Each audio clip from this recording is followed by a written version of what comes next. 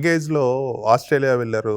చాలా రీషూట్‌లు చాలా రోజులు అంటే I came to know that ఒక ఫ్యూ డేస్ ఆఫ్ ఫుటేజ్ కోసం మంత్స్ అక్కడ స్టే చేశాననేసి yeah! Yeah! Together. Yeah! So, as an youngster Australia వెళ్ళాం, సైట్ సీయింగ్ చూస్తున్నాం అనే ఎక్సైట్‌మెంట్ ఉంటుంది. ఇంకోటి working with a big film అనే ఎక్సైట్‌మెంట్ ఉంటుంది. అవును. సో, ఆ రెంటిని ఎలా ఎంజాయ్ చేశారు మీరు?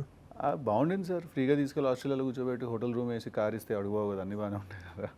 చిల్లేమో, but eventually felt bad also after a point when some certain yeah! Facts came up. So it was good అండి. తిరిగాం ఆస్ట్రేలియాలో. దాని తర్వాత ఈ ఫిల్మ్‌కేనా మీరు ఫారిన్ వెళ్ళింది నేపాల్? దాని తర్వాత అంతే కదండి. ఆరెంజ్ చేశాక ఏం చేశాను నేను? అంటే నేను అనేది మూవీస్ కోసం, షూటింగ్ కోసం. షూటింగ్ కోసం. అంతే, దీనికేనండి నేపాల్ వెళ్ళింది. Yeah. నేను ఫారెన్ వెళ్ళిన దాని గురించి అడుగుతున్నారా, సినిమాలో? సినిమాలో.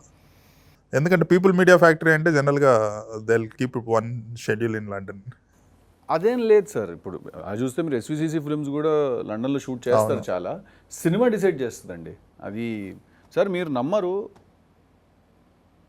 కొన్ని స్క్రిప్ట్లు నా దగ్గర ఉన్నవి హ్యాపీగా వెళ్ళి ఫారెన్లో షూట్ చేసుకుని వద్దాం, చిల్లుగా వెళ్ళిపోయి ఒక వెకేషన్ లాగా వెళ్ళిపోయి షూట్ చేసుకుని వద్దాం అని చెప్పి ఎంత ట్రై చేసినా కూడా అది డిజానెస్ట్గా అనిపిస్తోంది. ఈ కథ ఎక్కడ ఉండాలి, దాని టోపోగ్రఫీ ఏంటి, ఎక్కడుంటే ఈ సినిమా కరెక్ట్ అనేది ఆ సినిమా స్క్రిప్ట్ డిసైడ్ చేసేస్తుంది సార్. మనం ఫారెన్లోకి వెళ్ళి చిల్లవడం గురించి వెళ్ళి సినిమా తీసామంటే అది లాస్ట్కి బిస్కెట్.